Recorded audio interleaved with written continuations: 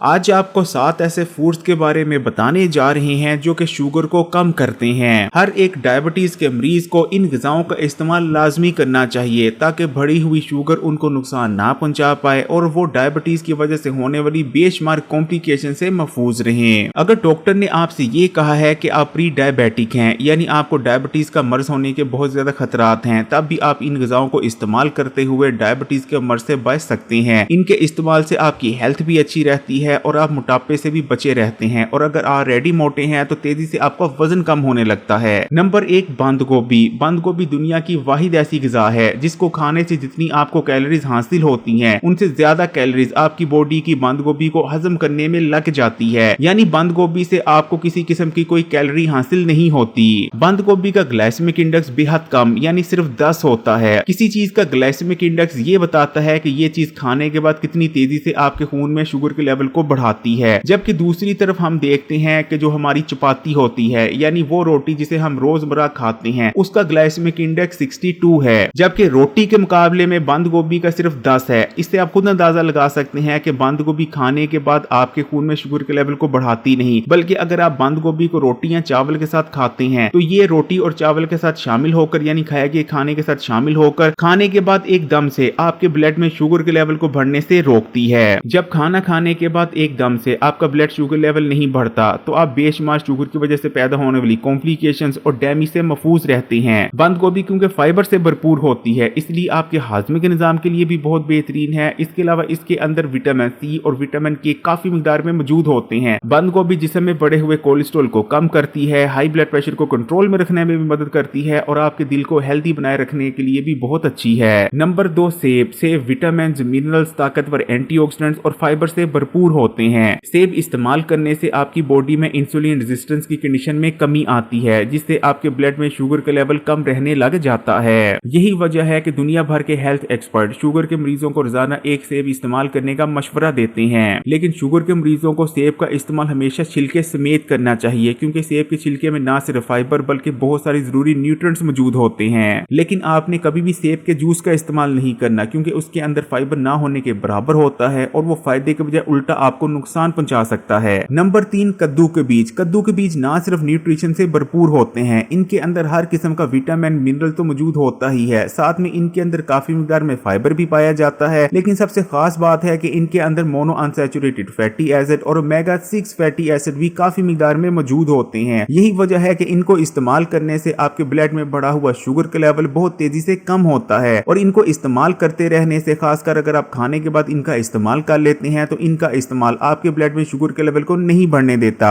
China और Iran के अंदर तो कद्दू के बीजों को शुगर की रवायती दवाई के तौर पर भी इस्तेमाल किया जाता है। इससे आप खुद अंदाजा लगा सकते हैं कि ये ब्लड शुगर को कंट्रोल में रखने के लिए बहुत ही ज्यादा इफेक्टिव हैं। इनको इस्तेमाल करते रहने से शुगर के मरीजों की नजर भी तेज होती है, क्योंकि इनके अंदर बहुत ज्यादा मिकदार में विटामिन ए मौजूद होता है और साथ में बहुत सारी कॉम्प्लिकेशन से भी बचते हैं। Number 4, chia seed. Chia seed omega 3 fatty acid के साथ साथ सोल्यूबल फाइबर से भरपूर होता है। चिया सीड हमारे स्टमक में जाने के बाद जल की शक्ल इख्तियार कर लेता है और खाने में मौजूद फैट्स यानी चिकनाई और शुगर को हमारी बॉडी में अब्सॉर्ब होने से रोकता है। इसके लिए आपने एक खाने का चम्मच चिया सीड को 1 गिलास पानी में 20 मिनट के लिए भिगोकर रख देना है और खाना खाने से 5 मिनट पहले इसको इस्तेमाल कर लेना है। चिया सीड का इस्तेमाल आपने दोपहर और रात दोनों खानों से पहले करना है। फिर देखें आपका ब्लड शुगर लेवल कैसे रेगुलेट रहता है। नंबर 5, जौ का दलिया। जौ के दलिए का शुमार सुपर फूड्स में होता है, क्योंकि इसके अंदर एक बेहद खास किस्म का फाइबर जिसे बीटा ग्लूकन कहते हैं पाया जाता है, जो कि आपके ब्लड में एकदम से शुगर के लेवल को बढ़ने से रोकता है, बल्कि पूरा दिन ब्लड शुगर लेवल को मैनेज करने में बहुत ज्यादा मदद करता है। जबकि इसमें पाया जाने वाला सोल्यूबल फाइबर आपकी आंतों में शुगर को जज़ब होने से रोकता है। अगर डायबिटीज के मरीज नाश्ते में जौ के दलिए को इस्तेमाल करना अपना मामूल बना लें तो वो बहुत ही ज्यादा हेल्दी रहेंगे। नंबर 6, इसबगोल। इसबगोल को आमतौर पर कब्ज कुशा के तौर पर देखा जाता है, लेकिन असल में इसबगोल के अंदर भरपूर मिकदार में सोल्यूबल और इनसोल्यूबल फाइबर पाया जाता है। इसबगोल को इस्तेमाल करने से आपके ब्लड में एकदम से शुगर का लेवल नहीं बढ़ता।